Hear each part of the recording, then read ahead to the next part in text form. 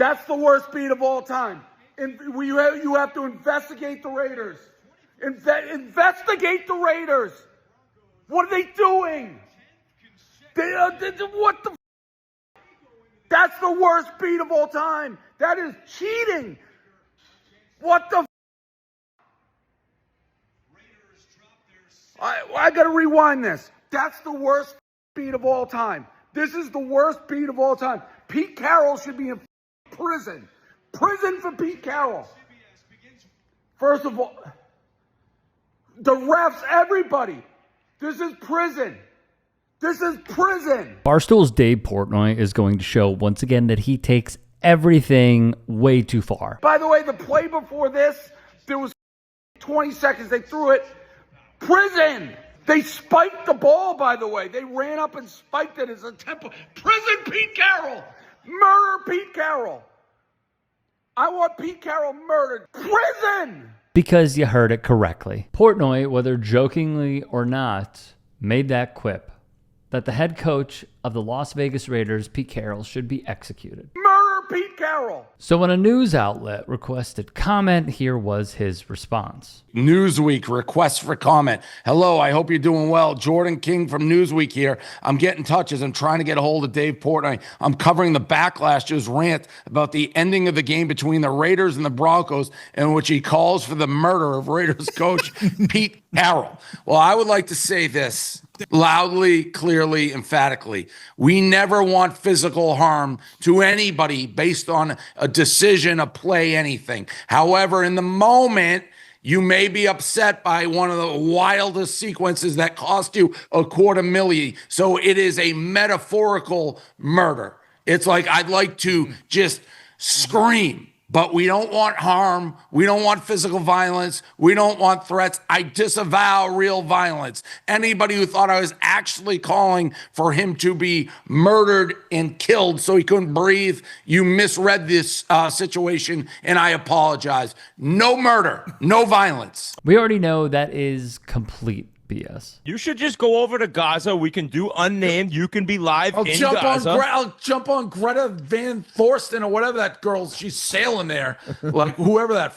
I hope they hit a missile on her boat. Well, I hope they. And his commentary from time to time has featured this. I never condone rape, but if you're a size 6 and you're wearing skinny jeans, you kind of deserve to be raped. Correct. I stand by that. I think it's a funny joke. You think rape is funny? No, I didn't say that. I think it's a funny joke. Do you understand how offensive that is? No. And this. He'll just yell something in his EDP like twang, like this, like in the middle. There was a hardened criminal, two down. He goes, I never these things. And Hank shit. And then he'll just go quiet for like another 20 minutes. And then he'll say something like, Brady's a bitch ass. And everyone's like, just kind of look at him. Kaepernick not standing for the national anthem. This has become a huge story. When I heard this story, I didn't read it. I didn't know why he was saying there. I was like, oh, he's an ISIS guy. Like, that was my original thought. It just seems like Colin Kaepernick is like, maybe it's because he's not really that black. He does look like a terrorist. He's a clown. And by the way, I saw Sean Hannity, and not that I'm a Fox guy, but he basically said he was becoming Al-Qaeda. He literally wrote that article 2 days ago.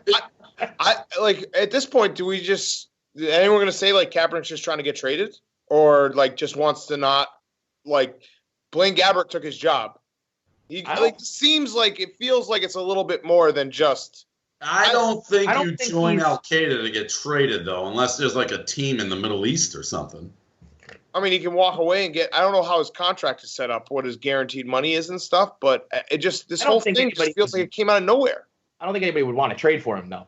No. Bringing in. And I don't know, guaranteed. Did it, though? Because, again, I don't want to be the guy with the great tan sitting in Nantucket with my Trump hat on throwing out accusations, but he's converting to Islam. He may be ISIS. So could be some truth to that. I'm not saying it, but when I put it out there just based on looks, people started sending me articles he legitimately is converting and has something. Again, I said it before. I'm going to say it again.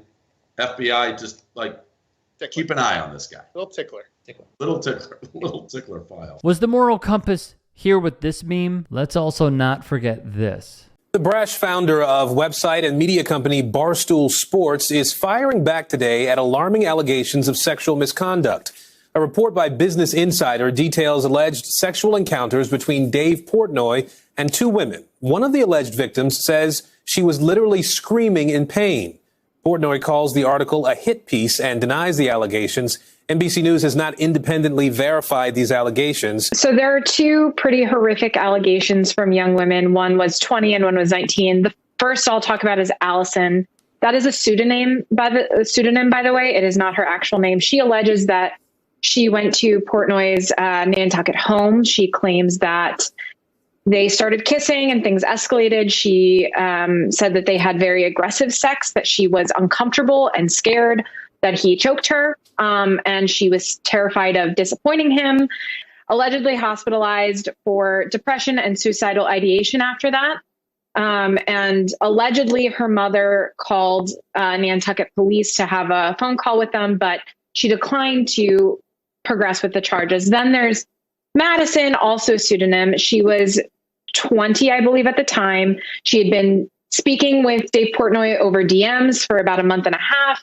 He flew her out to her Nantucket home, or his Nantucket home, according to her account. And she is the one that said that their sexual encounter escalated to the point where she felt like she was being raped, that she was screaming out in pain, but he ignored her. As it pertains to the Broncos-Raiders game, in the final moments of Sunday's matchup with the Broncos, the Las Vegas Raiders would trail by 10, 24-14, with less than 30 seconds to go, and the Raiders needing multiple scores. The loss was guaranteed. Still, the Raiders drove down the field with urgency. Wrote Ahmed Austin Jr. At one point in the game's final drive, the Raiders ran a pass play that ended with Tyler Lockett being tackled inbounds with just 8 seconds left. That probably should have ended the game, but a defender was flagged for a delay of game penalty when he jumped on Lockett and did not immediately let him get up, which is almost standard at this point. That stopped the clock. It allowed the Raiders to kick a 46-yarder, and the score then finalized at 24-17. Denver were 8.5-point favorites. Portnoy obviously was not pleased. Via awful announcing. For those of us not addled by gambling brain, it seems the Raiders, inspired by their late tutty, were trying to get one more score on the off chance they had enough time to do an onside kick and hope for the best. They'd run out of time to the point where the field was meaningless. They obviously ran out of time, so the field goal was meaningless, at least to some. However, you could see the logic, even if it was futile. As for the refs calling a delay of game penalty with 4 seconds left, that did seem a bit much, but we're not ready to send anyone to prison, they wrote. Yet.